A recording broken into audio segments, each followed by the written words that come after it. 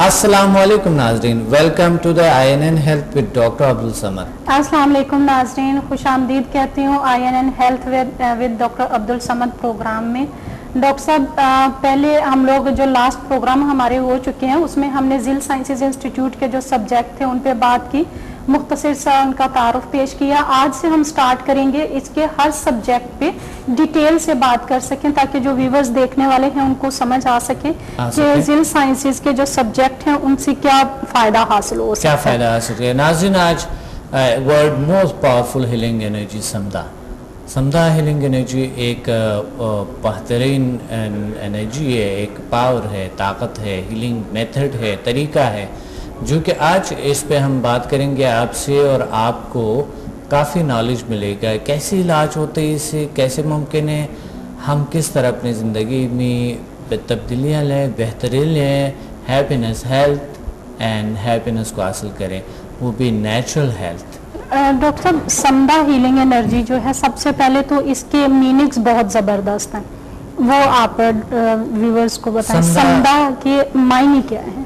Samda mean life and healing power. समदा का मतलब है हयाती और शिफाई ताकतें, जो ये एक तरीका इलाज है। इसके कोई साइड इफ़ेक्ट नहीं है, हालांकि हमने देखा है कि कोई भी चीज़ अगर हम यूज़ करते हैं जो ज़रूरत से ज़्यादा है तो उसके कोई ना कोई साइड इफ़ेक्ट होते हैं। इसके कोई साइड इफ़ेक्ट नहीं है। इसके बारे में आप थोड़ा, मतलब कि हम इसको यूज़ करते हैं जितना भी, दिन में अगर 3 बार 4 बार 10 बार भी इसकी ज़रूरत पड़े, अगर हमें ज़रूरत है अपने फिज़िकल मसाइल के लिए या साइकोलॉजिकल मसाइल के लिए, तो हम इसको इससे हील कर सकते हैं। जी, समदा का कोई साइड इफ़ेक्ट इसलिए नहीं है कि ये नेचर है, नेचर के साथ कनेक्ट है, नेचुरल पावर है, और इसमें बहुत सी चीज़ें शामिल है जो साइंटिफिकली अगर इसको हम स्टडी करते हैं तो ये एक नेचुरल ताकत है, हमेशा हमारे साथ है और हमें हील करते हैं। डॉक्टर साहब, समदा आपके नाम से नहीं है, बहुत सारे जो लोग हैं वो क्वेश्चन करते हैं कि समदा शायद आपका नाम डॉक्टर समद है तो उससे रिलेट है। आपका नाम अब्दुल समद है जी, और समदा कोई बहुत पुरानी जीली लैंग्वेज है जिसके जो सीन से स्टार्ट होता है। अगर हम इंग्लिश में लिखें तो सेम वर्ड्स आते हैं, और अगर हम उर्दू में उसको लिखें तो आपका नाम अब्दुल समद है, और समदा जो है वो सीन से आता है। समदा यानी लाइफ एंड हीलिंग फोर्स। स्वाद से भी लिख सकते हैं, सीन से भी लिख सकते हैं, काश स्वाद से लिखा जाए तो और अच्छा है। समद का मतलब बहुत बेहतरीन है। आपको पता है बेनियाज अल्लाह की सिफत है, बेनियाज, तो अगर उन नाम के साथ इनका ताल्लुक होता तो और अच्छा होता और बेहतरीन होता। और मैं समझता हूँ कि जो स्टडी मैंने किए, जो मैंने देखा और जो मैंने रिसर्च की है, जो काफ़ी बचपन से इस पे रिसर्च करता रहा, तहक़ीक़ात करता रहा, दूसरों के साथ मिल के, दूसरे जो है साइंटिस्ट के साथ मिल के, ये इस पे हमने रिसर्च की है कि एक नाम जो है समदा, समदी, सामादी, ये अच्छे नाम है। तो देखिए, समदी रिश्तेदार को कहते हैं, सामादी मुराकबे को कहता है संस्कृत में, और समद जो है अल्लाह ताला के सिफात में से एक सिफत है जो बेनियाज कहते हैं, बेनियाज।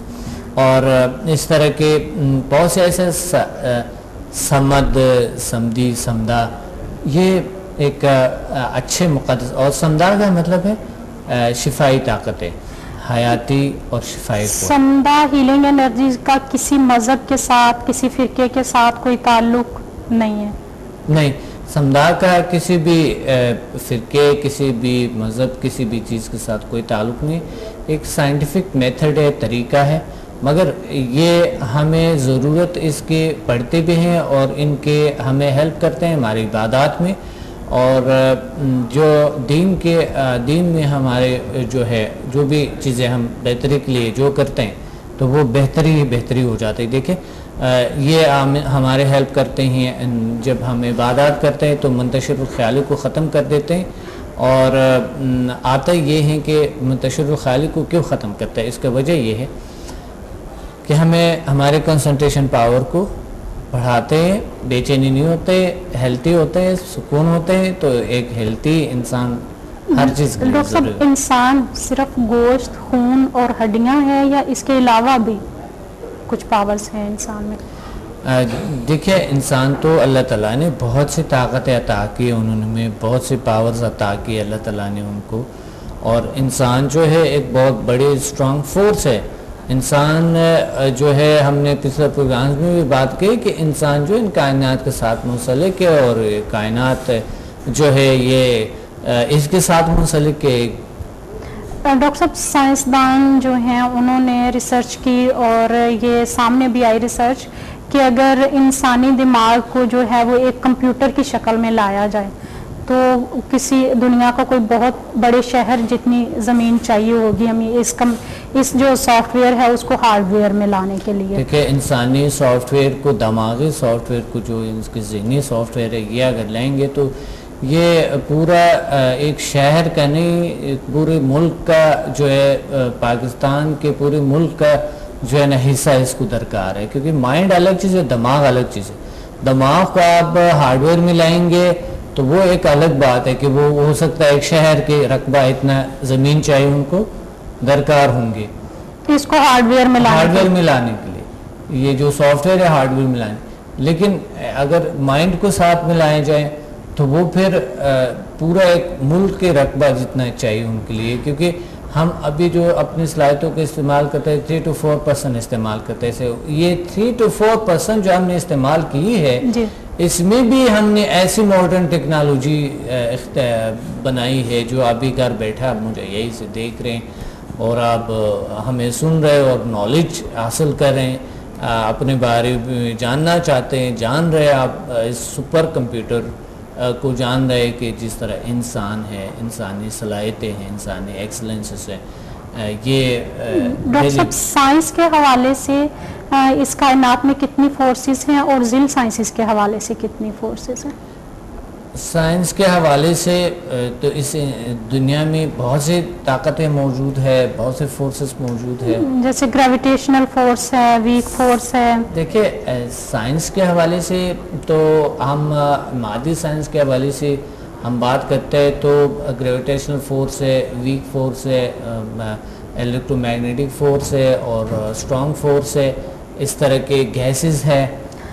ये तमाम चीज़ें इसमें आती हैं जो मादी साइंस है। और रियल साइंसेस के हवाले से 7 फोर्स है। डॉक्टर साहब, क्या आपको लगता है कि जो मादी साइंस है ये हमें आने वाले फ्यूचर में इंसान को बचा सकती है या हमें कुछ नेचुरल चीज़ों की ज़रूरत पड़ेगी? नहीं, हमें बचा नहीं सकता क्योंकि खुद साइंस कहता है कि मैं आपको तबाह कर लूँगा, बेफिक्र है। तो साइंस हमें बचा नहीं सकता है, साइंस हमें तबाह करेंगे और ये खुद साइंस की ज़बान ही कहते हैं आपको। हमें कोई नेचुरल साइंस, नेचुरल ताकत अखलाक पर मुश्तमल कुछ जो स्टडीज़ है वो हमें बचा सकता है। जैसे समदा हीलिंग एनर्जी है, समदा हीलिंग एनर्जी जो है उसका तकरीबन 14 लेवल है। हम स्टार्ट करेंगे लेवल 1 से, यानी स्टेज 1 से हम स्टार्ट करेंगे। इसमें होती हीलिंग हैंड्स, यानी हाथों के जरिए हम इलाज करते हैं। जैसे आते हैं स्टूडेंट, आते हैं पेशेंट्स, आते हैं समदा लेवल 1 के जैसी अट्यूनमेंट होती है तो वो किसी को अगर कोई साइकोलॉजिकल मसला है या फिजिकल मसला है तो उनके सर पे हाथ रखते हैं तो पेशेंट ठीक हो जाता है। ये हाथों का बहुत ज्यादा रोल है इसमें। इसका डॉक्टर साहब थोड़ा सा आप वजाहत करें कि हाथों के जरिए हम दुआ भी हाथों के जरिए मांगते हैं, इस्लाम भी हाथों के जरिए लेते हैं, हम किसी का इलाज करते हैं तो भी हाथों के जरिए। हाथ रियल साइंसेस के हवाले से सैटेलाइट की तरह ये एनर्जी लेता भी है और देता भी है, एनर्जी ट्रांसफ़र भी करते हैं, रिसीव भी करते हैं। ये सैटेलाइट की तरह है, हम कायनात के साथ हाथों के ज़रिए भी कनेक्ट हैं। जो एनर्जी सेंटर्स कहते हैं उसको, एनर्जी सेंटर्स जो है हमारे डबल एनर्जी सेंटर्स हाथों में है, इसलिए हाथ हमारे सबसे ज़्यादा कारआमद चीज़ है और इंसान के हेल्प करने वाले सबसे जो एक ज़रिया है बेहतरीन सा वो है हाथ। जैसे योगा में हम बैठते हैं तो भी हम हाथों की जो हथेलियाँ होती हैं वो ऊपर को तमाम हाथों के पोजीशंस होती है। अब देखे इबादत में भी हाथों की पोजीशन को बड़ा रोल है उसमें। इसी तरह जैसे हमारे बुजुर्ग हैं वो अगर कोई उनसे सलाम लेता तो वो सर पे हाथ रख के, ये भी एक मोहब्बत की निशानी होती है कि वो आपको प्यार कर रहे हैं। बिल्कुल ऐसे कई देखिए बहुत से मज़ाहिब में है कि हाथों की पोजीशन का ख़ास ख्याल रखते हैं। अब क्रिश्चियनिटी में है आप देखें कि हाथों के पोजीशन के ख़ास ख्याल होते हैं, आपने देखे होंगे। ख़ास किस्म के उनके इबादत में शामिल है, बहुत सी चीज़ें उसके पोजीशंस, मुख्तलिफ़ किस्म के पोजीशंस वगैरह शामिल, हिंदुइज्म में भी है। और इस तरह के आप अगर बुद्धिज़्म में जाएं तो उसमें उनमें भी मराक़बे की कैफियत में ख़ास किस्म के हाथों के पोजीशंस होती है। और ये मंत्राज होते हैं, हाँ बिल्कुल, मुद्राज होते हैं, मुद्राज, जो मुद्राज है ये होते हैं। हाथों का रोल बहुत बेहतरीन है। अब और देखिए, हाथों से हम पढ़ते हैं, हाथों से लिखते हैं, सबसे हाथों से खाते हैं, हाथों से अगर आप इशारा करते हैं लोगों को समझ भी आ जाते हैं, बॉडी लैंग्वेज में बहुत हेल्प करते हैं। ये बिल्कुल हेल्प करते हैं, जो कि आपके हाथों की वजह से लोग समझ लेते हैं। अब अगर एक शख्स बिल्कुल गूंगा है, वो नहीं समझते हैं कोई चीज़, तो वो हाथों से सारा कुछ आपको समझा देंगे, आप भी उनको समझा सकते हैं। जैसे ब्लाइंड लोग होते हैं, वो हाथ से टच करके आपको बता देते हैं कि ये क्या चीज़ है, कितने, खास तौर पे अगर उनको पैसों का पता नहीं चल रहा होता तो आप उनके हाथ में नोट दे दे तो वो पहचान कर लेते हैं कि ये कितने का नोट है। एक शख्स था जो नोट का यानी बिल्कुल वो ब्लाइंड है, यही कराची के है। उनके लिए पैसे दिए थे, किसी ने पैसे दिए थे, तो उसने बिल्कुल हिसाब करके, यानी उसमें हर तरह के नोट था। तो उन्होंने कहा ठीक है जी। मैंने कहा आपको कैसे अंदाज़ा हुआ, आपने ये किन के कहते हैं जब पता होता है। अभी जो लास्ट हमारी वर्कशॉप हुई इस्लामाबाद में, उसमें भी एक हमारे स्टूडेंट हैं जो बिल्कुल ब्लाइंड है, और उन्होंने जिस तरह बिल्कुल उसी तरह से उन्होंने हर एक लफ्ज़ को, हर उसको जो 1 से 4 समझा उन्होंने किया है, और वो नॉर्मल लोगों की तरह उन्होंने हर चीज़ को पिक किया, और माशाल्लाह से इतने अच्छे उनके जो है एक्सपीरियंसेस हैं, बिल्कुल भी पता नहीं चलता कि उन्होंने हाथों से ही टच करके जो वहाँ पे एक्सरसाइज थी वो सारी उन्होंने हाथों के ज़रिए की। बिल्कुल होता ये है, देखिए एक तो हमारे 6 सेंस काम करते हैं, ठीक है। 6 सेंस को हमारे हाथों को जो भी हम हाथों के जो जैसे मिसाल के तौर पे हम लिख रहे होते हैं, फीलिंग से हम चीज़ों को समझ लेते हैं। आंखें बंद करें, कोई भी चीज़ आप समझ लेते हैं कि ये चीज़ है, ये मेज़ है, ये जो है ना ये मैरिज है, और ये हवा भी हाथों से अगर हाथ यूँ करते हैं या हाथ है, बिल्कुल ये तमाम चीज़ें हाथों से हम बहुत कुछ समझ लेते हैं। तो आपका सवाल ये था कि ये हाथ का रोल जो है, वो हाथ में शिफा, हाथ से जिसे हीलिंग करते हैं, हीलिंग हैंड्स कहते हैं। तो हाथों से कैसे इलाज होते हैं, ताकि हाथों से दूर से आप एनर्जी ट्रांसफ़र करते हैं। वो अगले लेवल्स में है, इंशाल्लाह उस पर भी बात करेंगे। बिल्कुल, आप लेवल 4 में होते हैं जी। तो हाथों के ज़रिए हम अदर्स को, जब फर्स्ट लेवल में होता ये है कि हाथों की कुछ एनर्जी तो हमारे एक्टिवेट होती है। जब हम समदा कर लेते हैं तो उसमें हमारे हाथों के एनर्जी मोर पावरफुल और ज़्यादा, हाथों में जो एनर्जी सेंटर्स हैं वो एक्टिवेट होते हैं, एक्टिवेट हो जाते हैं, और वो यूनिवर्स में जो पॉजिटिव एनर्जी है उसके साथ कनेक्ट हो के फ्रीक्वेंसी, तो हम हाथों के जरिए एनर्जी स्टोर करते हैं और फिर आगे हैंड्स के थ्रू ही पास करते हैं। हैंड के थ्रू पास करते हैं, बिल्कुल। हैंड जो हमारे है, यानी हमने कह दिया कि एक सेटेलाइट है। दुआ के सूरत में भी हम जब दुआ मांगते हैं तो अल्लाह ताला से हम दुआ मांगते हैं, और हाथों को यूँ रखते हैं या यूँ रखते हैं या यूँ रखते हैं, हाथों को यूँ रखते हैं, तो अल्लाह ताला हमारी दुआएं सब हमेशा हम यूँ रखते हैं, यूँ क्यों नहीं रखते हैं उल्टे? यूँ, हाँ यही तो बात है ना। ये देखे सबसे ज़्यादा हमारी फीलिंग्स यहाँ पर भी, यहाँ ज़्यादा होती हैं, बहरहाल कि यहाँ फीलिंग्स कम होनी चाहिए, क्योंकि ये हार्ड होते हैं बनिस्बत इस जगह की। क्या वजह इसका? क्योंकि ये यहाँ पर ज़्यादा असबी रिशे हमारे जो ज़्यादा सेंसिटिव है, और इस वजह से हम जो है ना हर चीज़ को सही समझ लेते हैं। यानी इसका ताल्लुक बहुत दिमाग से है, 6 सेंस से है, माइंड से है, जो भी है, किसी भी चीज़ से है, यूनिवर्स से है।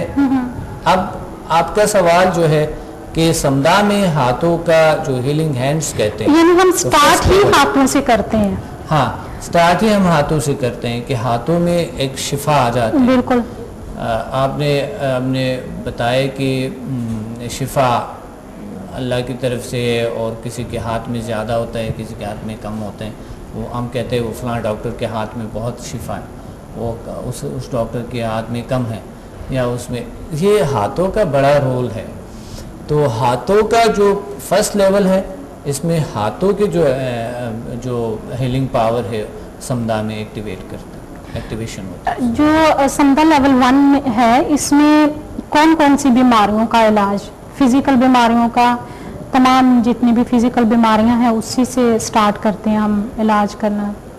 जी, फर्स्ट लेवल में कुछ मामूली बीमारियों का और कभी बहुत क्रोनिक डिजीज। मैंने देखा बहुत, जैसे एक दिन की क्लास लेके जाते हैं स्टूडेंट, अगले दिन आते हैं तो उनकी इतनी क्रोनिक बीमारियां ठीक हो चुकी होती हैं, लेकिन हम चूंकि कहते हैं कि ये मामूली किस्म की बीमारियों के लिए आप अप्लाई कर सकते हैं। बिल्कुल सही। खालदा ये है कि हाथों में जब हम फर्स्ट अट्यूनमेंट देते हैं, जिसे हुप्स कहते हैं, जी, हुप्स का मतलब है महंगी, अट्यूनमेंट का मतलब कनेक्ट होना, कनेक्शन जो हमारे शिफाई ताकतों के साथ होती है। जी, तो फर्स्ट वहीं पे बैठे लोग जो 100, 200, 300 लोग होते हैं, तो वो एक दूसरे का फिर इलाज करते हैं, और वहीं पे बैठे बैठे अल्लाह ताला 2-3 घंटे के अंदर अंदर उनको अल्लाह शिफा दे देते हैं हाथों में। और मजे की बात ये होती है कि लेवल 1 और 2 की पहले दिन अट्यूनमेंट होती है, लेकिन जब नेक्स्ट डे स्टूडेंट आ जाते हैं तो उन्होंने सिर्फ और सिर्फ लेवल 1 को अप्लाई किया हुआ होता है, क्योंकि टाइम इतना ज्यादा नहीं होता, तो प्रैक्टिकली वो लेवल 2 को अप्लाई नहीं किए हो, तो भी उनके सिर्फ लेवल 1 से इतनी क्रॉनिक बीमारियां ठीक हो चुकी होती हैं। सबसे पहले तो खालदा बात यह है कि वो क्यों होते हैं, क्योंकि लेवल 1 और 2 दोनों एक डीपली कनेक्शन है कायनात के साथ, एक एनर्जी की ताकत की। देखें लेवल 2 में क्या होता है कि सांस का जो अभी हम लेवल 1 हमारा कंप्लीट नहीं हुआ, लेवल 2 ब्रेथ हीलिंग है। जी, आप सवाल करें। ओके, ये जो फिजिकल बीमारियां हैं, कौन कौन सी बीमारियां हम हील कर सकते हैं लेवल 1 में? लेवल 1 में हम मामूली बीमारियां जिस तरह सर दर्द हो गया, आधे सर का दर्द हो गया, एक कभी कमर की दर्द होती है, कोई आंखों की दर्द है, कुछ और सारा दिन काम करने के बाद थोड़ा खिंचाव महसूस हो रहा है पट्टों में, थका लगते हैं, बिल्कुल थकावट होती है इंसान, मामूली सा बुखार है, आधे सर का दर्द है, जॉइंट्स में पेन है, ऐसे बीमारियां मिसाल के तौर पे जो थकावट की होती है, किसी को थक जाते हैं, थोड़ी देर काम करते हैं या बैठ जाते हैं, थक जाते हैं, बहुत ज़्यादा थकावट होते हैं, तो लेवल 1 क्या करते हैं कि आपको एनर्जेटिक रखते हैं, पावरफुल रखते हैं आपको, और उसकी वजह से क्योंकि आपकी कनेक्शन बनाते हैं यूनिवर्स के साथ, और यूनिवर्स जो है वो हमें एक मुंसलिक करते हैं कुछ नेचुरल एनर्जीज के साथ। जी, नेचुरल एनर्जीज के साथ। अभी हम आएंगे दूसरे लेवल में, इसमें लेवल 1 में हम जितनी भी फिजिकल बीमारियां हैं उनका इलाज करते हैं। लेवल 2 जो है उसमें है ब्रेथ हीलिंग है, यानी हमारी सांस के साथ जो है वो पॉजिटिव एनर्जी जो है वो कनेक्ट होती है लेवल 2 में। जी बिल्कुल सही। लेवल 2 जो है बेहतरीन लेवल है। लेवल 2 पे जो नफ्सियाती बीमारियों का इलाज है, जो साइकोलॉजिकल डिजीज जिस तरह खौफ, बेजा खौफ, अनजाना खौफ है, और ऐसे कुछ ज़हनी उलझन है, ज़हनी बीमारियां हैं, उसका इलाज है।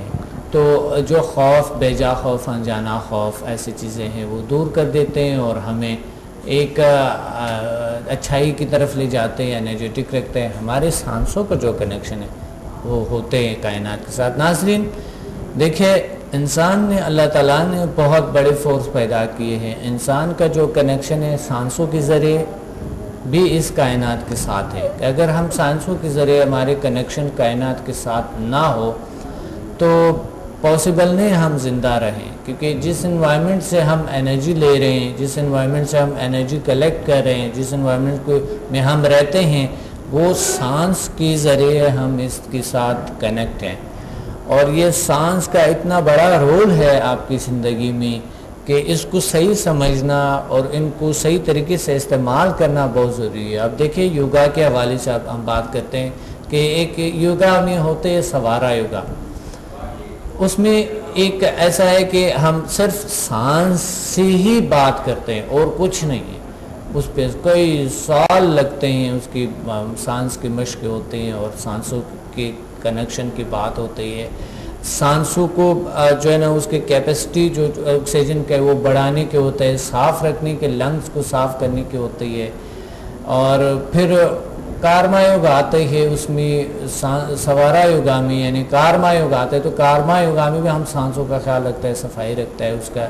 हम अपने डीपली कनेक्शन लतीफ़ एनर्जी के साथ जो कायनात में मौजूद है उनके साथ हम बनाते हैं। दीन में भी जो ब्रेथ है उसका बहुत बड़ा रोल है। जैसे जो हमारे बुजुर्ग हजरात हैं, जो सूफिया इकराम हैं, वो दम करते हैं और फूंक लगाते हैं। बहुत ज़बरदस्त बात कही खालदानी के दीन के हवाले से आपने देखा होगा कि बहुत से लोग हैं जो कि फूंक से इलाज करते हैं और अल्लाह उनकी फूंक में शिफा होती है। कुछ आयतें पढ़ के, कुछ भी दरूद शरीफ पढ़ के, तो हम जब फूंक लगाते हैं उसमें अल्लाह शिफा पानी में ले आते हैं या हमारे सांसों में होते हैं, अल्लाह ठीक करते हैं। डॉक्टर साहब, इसमें जैसे हम ऑक्सीजन सांस के साथ हम लेते हैं, इसी तरह जितनी भी इस कायनात में दूसरी एनर्जीज हैं वो भी सांस के ज़रिए हम अपनी बॉडी में स्टोर कर सकते हैं। अब बिल्कुल सांस का बड़ा रोल है, क्योंकि हम सांस के ज़रिए खालदा ज़िंदा है कि अगर थोड़ी देर सांस रुकें तो हम ज़िंदा नहीं रह सकेंगे। बिल्कुल। और इसका ताल्लुक़ देखें, हम सांस लेते हैं बाहर की दुनिया के, इसका ताल्लुक़ है बाहर की दुनिया के साथ। बाहर से हम एनर्जी लेते हैं, ऑक्सीजन जिसे कहते हैं, तो खून में जाके खून के साथ मिलके हर खुलिये तक पहुँचते हैं जी। और उनको ताज़ा रखते हैं। वो यानी उसकी सोख्त, उनके जो जिस तरह की सांस हमारी ऐसा है जैसा कि पेट्रोल है जी, जैसा कि डीजल है, इस तरह के रोल अदा करते हैं हमारी बॉडी में। इसी में जो है नफ्सियाती मसाइल लेवल 2 में हम जितने भी साइकोलॉजिकल मसाइल हैं, जैसे टेंशन है, डिप्रेशन है, स्ट्रेस है, अस्थमा है, फिजिकल बीमारियों का भी होता है इसमें, जैसे अस्थमा है और लंग्स से रिलेटेड जो मसाइल। बड़ा अच्छी बात कही, लंग्स से रिलेटेड जो भी बीमारी अल्लाह ठीक करता है। आपने देखा जी कि ये पिछले दफ़ा जो लोग आए, एक शख्स जो आए हुए थे जो जिनको अस्थमा था, तकरीबन कोई मेरे ख्याल 22 साल फैमिली से, उनके दादा से वो जो हाँ ये बायोजेनेटिक चला रहा था, मगर इनको जो शदीद हमले जो हुए इस पे वो बचपन से ही था थोड़ा बहुत। तो ये 22 के 21 साल बता रहा था कि इतना अरसा हुआ जो बिल्कुल रोज़ाना मैं मेडिसिन तो बिल्कुल वो बॉडी कैसी हुई थी, उनको लास्ट जैसा बना हुआ था बेचारा। लेकिन अल्लाह ने ठीक किया उनको। वजह क्या है, क्योंकि कभी कभी कुछ चीज़ें नफ्सियाती भी होती है, कुछ एलर्जी से होती है, अस्थमा के बहुत से इकसाम है, कुछ और अवामिल से बनते हैं, कुछ ये जो स्टूडेंट थे कराची के ही स्टूडेंट हैं, इनके जो भाई थे बड़े, वो लाहौर में उन्होंने वर्कशॉप अटेंड की थी। वहाँ पे जब उन्होंने समदा सीखा और उन्होंने अपने पे अप्लाई किया तो उनका जो अस्थमा था वो ठीक हो गया। फिर बाद में उन्होंने अपने जो भाई थे उनको कॉल किया कि आप यहाँ पे कराची में वर्कशॉप हो रही है तो यहाँ पे आप जाके अटेंड करें। तो फिर वो आए तो उनको भी वो बल्कि बता भी रहे थे कि हमारा जो एक खानदानी एक मसला चला रहा था वो समदा की वजह से, हालांकि वो बहुत सारी मेडिसिन यूज कर चुके थे, तो ये नेचुरल तरीके से उनका ये मसला हल हुआ। एक जनरल साहब था कि जिनके वहाँ पर घर पे प्रॉब्लम था, तो ये ख़ुद उन्होंने फिर ये समदा को लिया, उन्होंने, अल्लाह ने उनको ठीक किया और वो फिर आगे बढ़ा। पहले उन्होंने बहुत से क्लासेस मेरे से लिए थे और जितने कोर्सेज थे उन्होंने तमाम के तमाम किए। आस्थमा का प्रॉब्लम था, उन्होंने ख़ुद क्योर किए, ख़ुद अल्लाह ने ठीक किए, उन्होंने ख़ुद किसी का इलाज किए। और ये होता ये है, देखे कि हम असल में कुछ एक शख्स से मैंने पूछा कि आप जिस चीज़ों को सीख क्या है, वैसे गुफ्तगू हो गए थे किसी जगह पे, तो मैंने कहा आप आए मेरे सेमिनार में, मैं बिलीव नहीं रखता हूँ। तो मैंने कहा था देखिए बिलीव रखे ना रखे, समदा हीलिंग एनर्जी काम करते हैं, वो अपना काम करते हैं। जब मैं चाहता ही नहीं हूँ तो नहीं होगा। तो मैंने कहा आप आएँ तो एक बार सही, आप एक बार सेमिनार अटेंड करें, ठीक है, अच्छा ना लगे तो आप जाएं, कोई ऐसी बात नहीं। एक दफा अप्लाई तो करके देखें इसको, आजमाएं तो सही देखें, कुछ कोई कुछ नहीं जाता है आपका, इसका कोई नुकसान नहीं है। इसकी पूरी जिम्मेदारी है कि इसकी कोई साइड इफ़ेक्ट नहीं, आप डरे मत, आप आ जाएँ। कहता है नहीं मैं डरता भी नहीं हूँ, मैं ऐसा वैसा नहीं हूँ कि मैं डरूँगा मैं। तो मैंने कहा फिर क्यों नहीं आते? अब ये आया नहीं, 2 साल बाद आया खान। 2 साल बाद जब ये शख्स आया, नाज़रीन 2 साल बाद जब शख्स आया, जब फर्स्ट डे जब उन्होंने सीखा तो वो रो पड़ा कि अल्लाह ने मुझे, हमें बिल्कुल हर चीज़ से हम बड़े अजीब ख्यालात हमारे बहुत अजीब हैं हम। डॉक्टर साहब यहीं पे कराची में एक हमारे स्टूडेंट हैं 13 से 14 साल का, उसके बच्चा था, पूरी बॉडी के मसल्स वीक थे, तो उनके क्या तजुर्बात हैं? अभी हमें एक छोटी सी ब्रेक लेनी है, उसके बाद इंशाल्लाह मैं वो आपके साथ शेयर करूँगी। नाज़रीन हमें यहाँ पे लेनी है एक छोटी सी ब्रेक, मिलते हैं ब्रेक के बाद।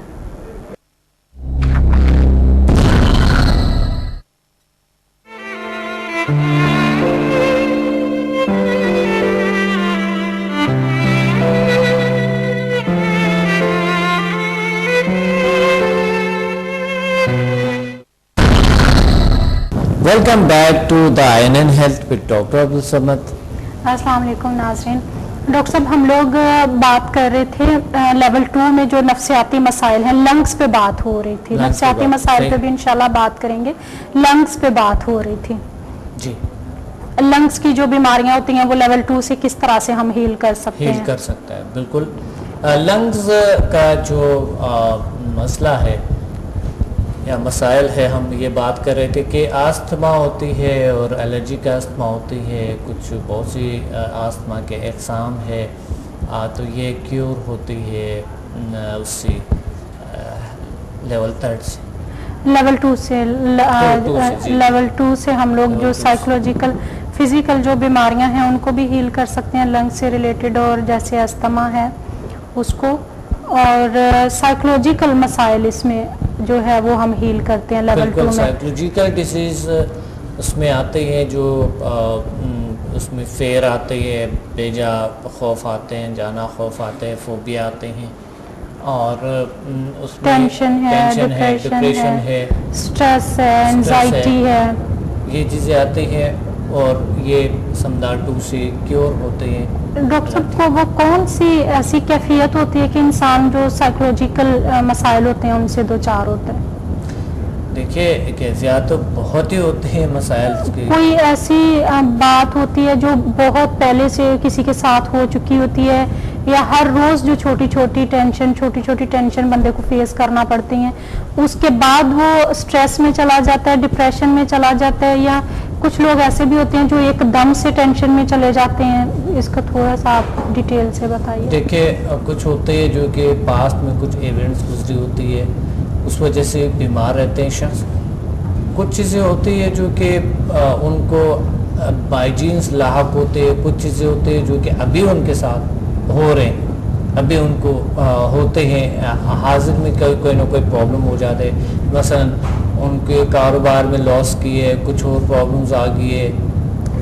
लेकिन डॉक्टर साहब मैंने देखा कि जो छोटी छोटी चीज़ें हैं, जैसे मिसाल के तौर पे मैं घर से निकली हूँ, किसी भी अगर हम सिग्नल पे रुकते हैं तो वहाँ पे ये जो भिखारी होते हैं वो इतनी ज़ोर से आपकी गाड़ी को नॉक करते हैं, वो एकदम से आपके अंदर वो एक छोटी सी टेंशन आपके इंस्टॉल हो जाती है। इसी तरह से आप जैसे जैसे घर से बाहर निकलते हैं, मुख्तलिफ छोटी छोटी बातें हैं, किसी के साथ अगर आप बात करते हैं, किसी का बिहेवियर सही नहीं है, या आप नॉर्मल बात कर रहे हैं, वो आगे से गुस्से से बात कर रहा है, तो इस तरह की छोटी छोटी जो टेंशन हैं वो एक स्टेज पे आके डिप्रेशन में ले जाती हैं, या इसको क्या कहेंगे तो हम? आपको बर्दाश्त करना होता है, क्योंकि ये तो एक आम सा पूरी दुनिया में भिखारी है, सिर्फ पाकिस्तान में नहीं है, पूरी दुनिया में है। तो बल्कि ऐसे भी होता है कुछ भिखारी जो है ना, जो जानबूझकर लोगों को तंग करते हैं। ये होता है ना कि आप अल्लाह के नाम से आप किसी और इस तरह की चीज़ों से मकसद जानबूझकर किसी को तंग करते हैं कि मकसद इस मुल्क में आरामी ना हो, कोई ऐसा कुछ ना हो, किसी ना किसी टेंशन सिग्नल पे, कहीं और पे, किसी और चीज़ पे। ये तो आपको करना पड़ता है, उसकी चीज़ों के साथ आपको आदी करना पड़ता है, क्या करें। मगर इसको ज़्यादा टेंशन लेना है इस चीज़ को, ये तो लेकिन मुसलसल अगर एक ही चीज़ किसी शख्स के साथ होती चली जा रही है, जैसे पाकिस्तान है, आप देखें बहुत अरसे से हालात इस तरह से हैं कि लोग बहुत बर्दाश्त कर रहे हैं। तो ये तमाम हालात मुसलसल जब एक ही कैफियत में लोग रहते हैं तो उन पे भी टेंशन और नफ्सियाती मसाइल में वो दो चार होते हैं। जाहिर है मुसलसल अगर कोई टेंशन लेते हैं इंसान तो वो टेंशन डिप्रेशन का शिकार हो जाते हैं, यानी डिप्रेशन में चले जाते हैं। जैसे हमारे पास बहुत सारे लोग आते हैं और वो बताते हैं कि हमारे जो फैमिली मेंबर हैं वो एक तरह का उनके अंदर खौफ बैठा हुआ है। सुबह घर से निकलते हैं, 1 या 2 घंटे अपने बिजनेस प्लेस पे रहते हैं, दोबारा घर वापस आ जाते हैं। उनके अंदर एक फियर है, एक उनको लगता है कि हम महफूज नहीं है। अगर हम ये इस आपकी जो यहाँ पर जो हालात है जो हम देख रहे हैं उनमें कौन महफूज अपने आप को समझते हैं? कोई भी शख्स महफूज तो नहीं है और है भी नहीं ना। अगर देखे ये आपने खुद देखा कि खुद जो इदारों वाले हैं जो खुद वही लोग सुख में नहीं है, महफूज नहीं है, तो आम से इंसान कैसे महफूज होगा और वो अपने आप को कैसे महफूज समझ ले। बात ये होती है कि मैंने देखा कि ऐसे ममालिक है जिनमें 30-40 साल जंग के गुजरे, वो लोग आदी हो गए, उधर बन बैठे, उधर कुछ हो जाए, उधर कुछ, वो आदी हो गए, उस चीज़ के साथ जिंदगी खुशी खुशी से गुजार लेते हैं। लेकिन डॉक्टर साहब आप देखें अभी जो हमारा मुल्क जो है इसको तो तरक्की पजीर ममालिक में आता है, लेकिन आप देखें USA है, UK है, वहाँ पे सबसे ज़्यादा लोग टेंशन डिप्रेशन का शिकार हैं। जी, वो टेंशन के देखे कई वजूहत होती है। वही तो मैं कह रहा हूँ आपको कि एक मुल्क में तकरीबन 30-40 साल से लड़ाई है, लेकिन वहाँ जाके आपको हंसी, लोग हंसते हैं, लोग ज़िंदगी को एंजॉय करते हैं, उनको बड़ा यकीन माने एंजॉय करते हैं ज़िंदगी को, ये उन माहौल के साथ आदी हो चुके हैं। तो यहाँ पर मैं आपको बता रहा हूँ कि अगर यूरोप और अमेरिका में सेंसिटिविटी ज़्यादा है, मशीनी मसनूई ज़िंदगी है, लोगों की ज़िंदगी जो है मशीन बन चुके हैं, इस मशीन का पुर्जा है इंसान, उन्होंने मशीन के बगैर उसकी कोई चीज़ पॉसिबल नहीं है, नेचर से दूर है इंसान, तो ज़ाहिर है टेंशन डिप्रेशन का शिकार होते हैं। यानी जितना हम नेचर से पीछे हटेंगे उतना हमारे लिए ये नफ्सियाती मसाइल के शिकार होते हैं। मिसाल के तौर पे कहीं पे जा रहे हैं तो लिफ्ट के जरिए जाएंगे, सीढ़ियाँ नहीं चढ़ेंगे। अगर सीढ़ियाँ चढ़ते हैं तो हमारी टांगों की एक्सरसाइज होती है, उससे हमारे जो जॉइंट्स पेन होते हैं वो नहीं होते हैं। अगर हम हमेशा लिफ्ट यूज करते हैं तो उसमें ये होता है कि आपके जॉइंट्स को मूवमेंट नहीं मिलती है, कहीं पे बाहर सैर करने के लिए कोई जगह नहीं है, हर तरफ पोल्यूशन है। तो ये जितनी हम ये आर्टिफिशियल लाइफ जो है उसको अपनाते जाएंगे उतना हम ज्यादा से ज्यादा मसाइल में घिरते जाएंगे। बिल्कुल खालिदा, यही तो है कि हम उस वक्त टेंशन डिप्रेशन के नफ्सियाती मसाइल के और जिस्मानी मसाइल के शिकार होते हैं। एक तो मोमेंट्स नहीं होती है, ऊपर से मुख्तलिफ़ किस्म के हमारे मसाइल होते हैं, पोल्यूशन है, मशीन से कनेक्शन है, नेचर से दूर है, तो इस वजह से तो ज़ाहिर है इंसान लालच में इतना आगे है, दुनिया इतना बिजनेस के लालच में आगे है, पोल्यूशन इतना ज़्यादा फैला दी है, कई बारूद की पोल्यूशन होता है, कई किसी चीज़ की, कई गोलियों की, इस वजह से लोग नफ्सियाती बीमारी इसके भी शिकार होते हैं। ये सोच रहे होते हैं कि जितनी जो दूर दराज जो नेचर के करीब रहने वाले लोग हैं, जैसे हुंजा आप देखें, रिसर्च के मुताबिक बहुत सारे पाकिस्तान में अभी तक ऐसे इलाके हैं जहाँ पे कोई फिजिकल बीमारी नहीं पाई जाती है। सही। वो लोग ये सोच रहे होते हैं कि जो लोग शहरों में रहने वाले हैं उनको लिए बहुत आसान जिंदगी, वो बहुत अच्छी लाइफ गुजार रहे हैं। हालांकि जो शहर में रहने वाले लोग हैं उन्हीं में फिजिकल बीमारियां सबसे ज्यादा होंगी, साइकोलॉजिकल मसाइल सबसे ज्यादा होंगे। जो लोग नेचर के करीब हैं वो सुबह 8 बजे से लेके, बल्कि उससे भी सहरी में वो लोग उठ जाते हैं, जैसे 4 बजे उठ गए, नमाज पढ़ी, कुरान की तिलावत की, उसके बाद अपना जो नॉर्मल उनकी रूटीन होती है वो स्टार्ट कर देते हैं और रात तक वो मुसलसल काम करते हैं।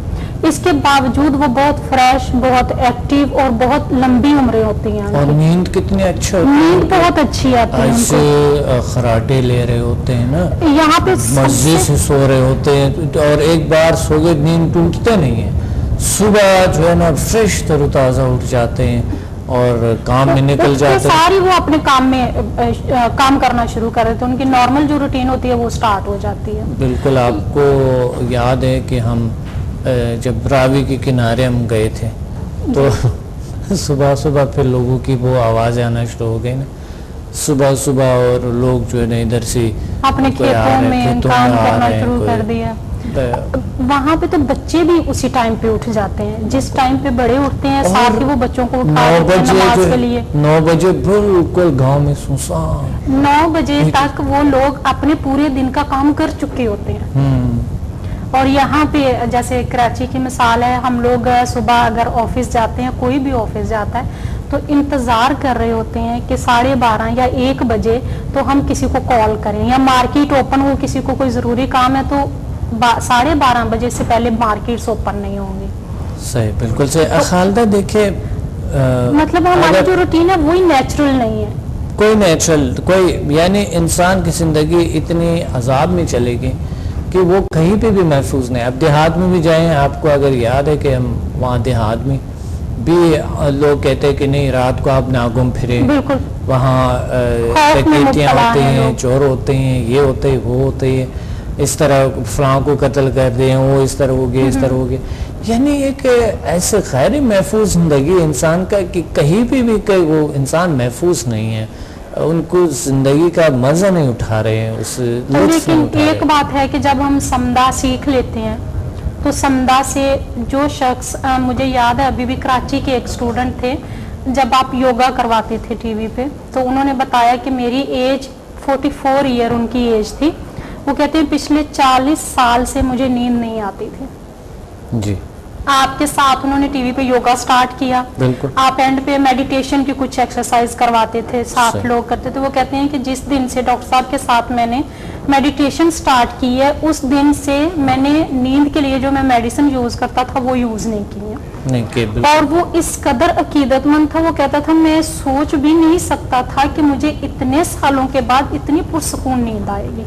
बिल्कुल होता है। और समदा भी इसी तरह से जब हम इसके साथ कनेक्ट हो जाते हैं तो हम लोग बहुत सारे स्टूडेंट ऐसे हैं जो 20-20 साल से मेडिसिन ले रहे होते हैं, उनको नींद नहीं आ रही होती है, मेडिसिन लेने के बावजूद नींद नहीं आ रही होती है। और जब वो समदा की पहली वर्कशॉप अटेंड करके जाते हैं तो अगले दिन वो आते हैं, वो कहते हैं कल से हमने मेडिसिन यूज नहीं की। अल्हम्दुलिल्लाह पहले दिन यानी 24 घंटे के अंदर अंदर उनकी ज़िंदगी में चेंज आता है। वजह क्या है? क्योंकि हम नेचर से दूर होती है, उस हीलिंग फोर्स से दूर होती है।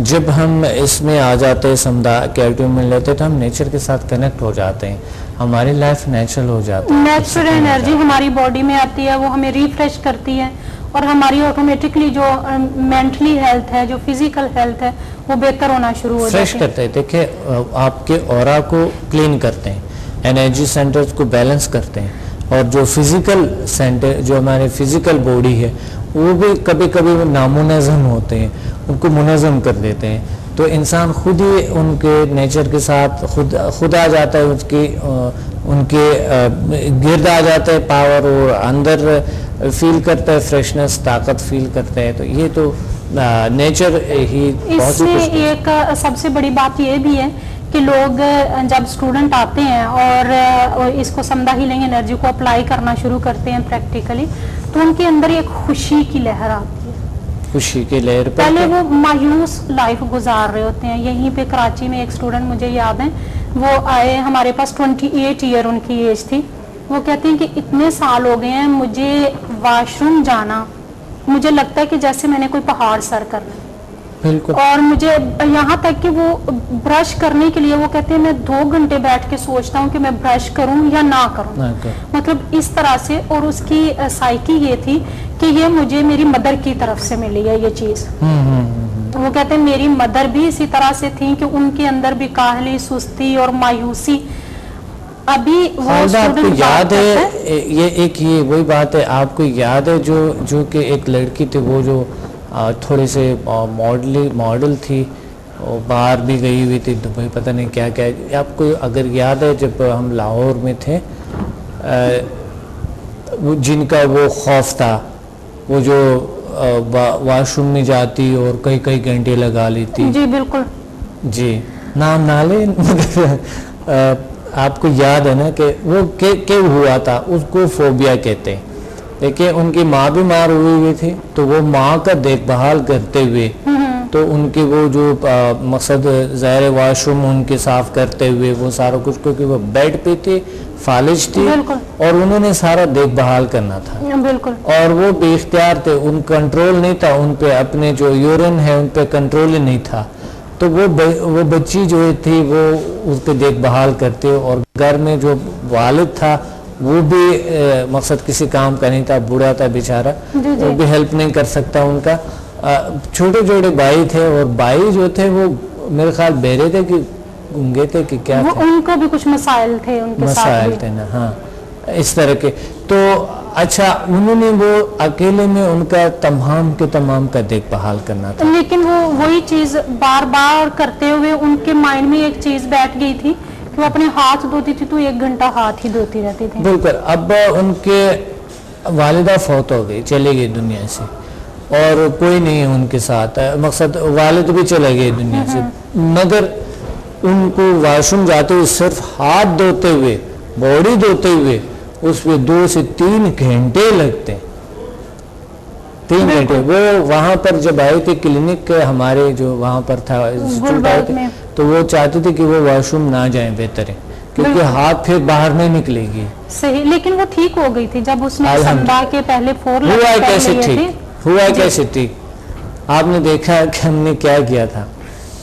हमने नाज़िन अंधेरा किया था, और वहाँ पर हमने क्या किया कि हमने वही जैसे यूरिन जैसे चीज़ें लिए, वही गंदगी लिए, हमने किसी चीज़ पे किसी शख्स को कहा, उन्होंने उसमें डाला और उसमें गोद में रखा, ठीक है। अंधेरा हमने किया, हमने कहा इस पे हाथ लगाएं, थोड़े से यहाँ पर थोड़ा सा हाथ लगा लिया, वो उन्होंने वो डब्बे पे हाथ लगाए, ठीक। अब हमने डब्बा उससे ले लिए और हमने कहा कि आपको कुछ हुआ तो नहीं ना, आपने वो डब्बे को हाथ लगाया, कहते हैं नहीं कुछ नहीं। तो हमने लाइट जब ऑन किए थे उसके बाद हमने डब्बे को उठाया ऊपर कि डब्बे में ये चीज़ था। अब थोड़ी सी भी ऐसा हो गई, मगर मैंने कहा देखे कुछ नहीं, ये तुम ऐसे सोचते हो कोई इसमें कुछ भी नहीं, आपने हाथ भी तो लगा दिए, कुछ नहीं होता। पहले मैंने एक किस्सा सुनाया कि देखिए अगर आप तस्वुर करें मसलन ऐसा डब्बा है, उस पर हाथ लगाया आपने, कुछ ये हुआ, देखिए कुछ नहीं हुआ, है ना, और ऐसा वैसा। फिर उसके बाद हमने कहा था कि जानबूझकर अंधेरा कर दिया हमने एकदम से ना फिर हमने उनके हाथ में दे दिए और खुला जी, ठीक है। उन्होंने जब हाथ लगाए तो हमने डब्बा दूर कर दिया उससे, और उनको हमने कहा कि आज आप हाथ धो लो, हाथ धोया, उनके बंद करे, हाथ धुलवाया, उनका सारा कुछ किया, साफ किया, बाहर ले आया। अब हमने तस्वुर किए, उनको बताया कि आप तस्वुर करें कि अगर उस डब्बे में कुछ ऐसा कुछ था और आपने गंदगी थी उसमें हाथ लगाया आपने और फिर कुछ नहीं हुआ उससे आपको, तो उसको कुछ नहीं हुआ, वाकई ऐसा था। अच्छा, वो बड़े खुश थे, बड़े फ्रेश थे। तो मैंने कहा अगर रेल में आपने उसको हाथ लगाया होगा तो भी कुछ नहीं होगा ना?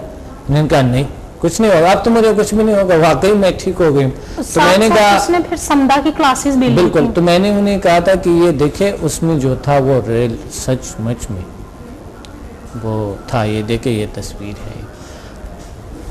और फिर हमने समदा सिखाया उनको, और समदा से उनके वो फेयर वो चीज़ें अभी तक अल्हम्दुलिल्लाह, जो उनके माइंड में एक नेगेटिव एनर्जी बनी हुई थी, एक खौफ की एनर्जी थी, वो माइंड में जो बनते हैं वो समदा से रिमूव हो गई।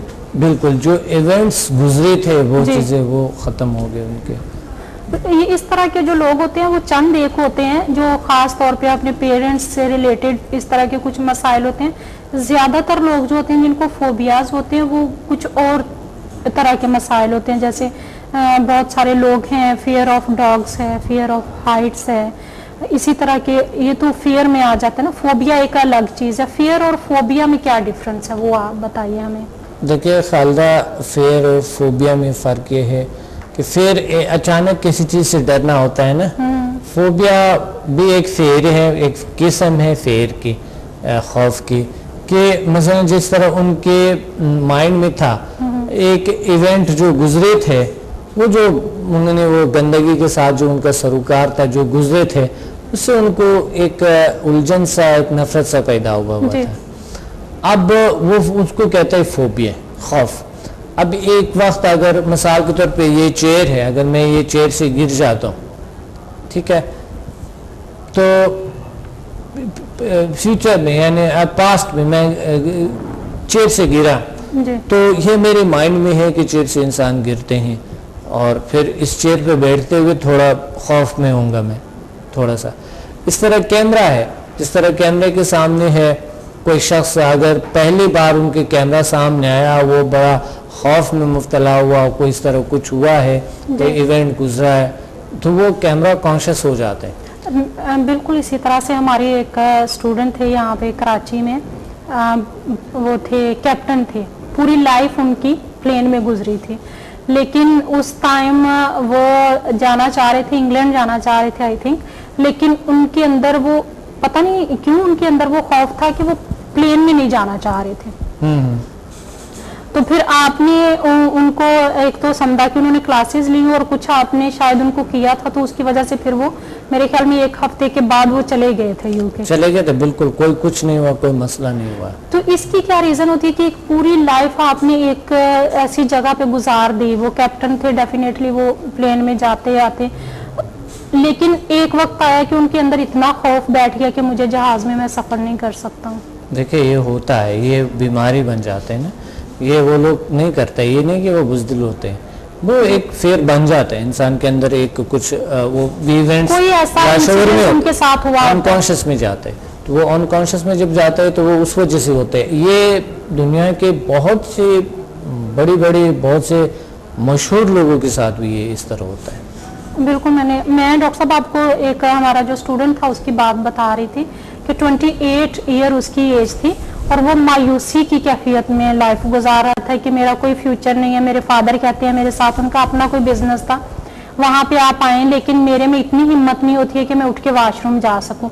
आज अल्हम्दुलिल्लाह स्टूडेंट से बात करके बहुत खुशी होती है कि आज वो अपना बिजनेस कर रहा है और उसने किए हुए समदा लेवल 6 तक किए हुए, और वो कहते हैं कि मैं कोई भी एक दिन ऐसा नहीं होता जब मैं मेडिटेशन नहीं करता। लेवल 6 के साथ वो डेली मेडिटेशन करते हैं और उन्होंने अपने आप में इतनी इम्प्रूवमेंट उनमें आ गई है कि अब वो खुद अपना बिजनेस कर रहे हैं। यहाँ पर अगर आपको याद है कि एक बहुत बड़े मशहूर आर्किटेक्ट्स था और बहुत ज़्यादा उनके प्रॉपर्टी और ये चीज़ें बहुत इंतहाई गवादर में, ये शख्स नाम नहीं लेता हूँ क्योंकि वो किसी पेशेंट का नाम लेना अच्छे नहीं होते, अगर वो खुद बयान करे तो कोई मसला नहीं होता है, मगर हम नहीं लेते।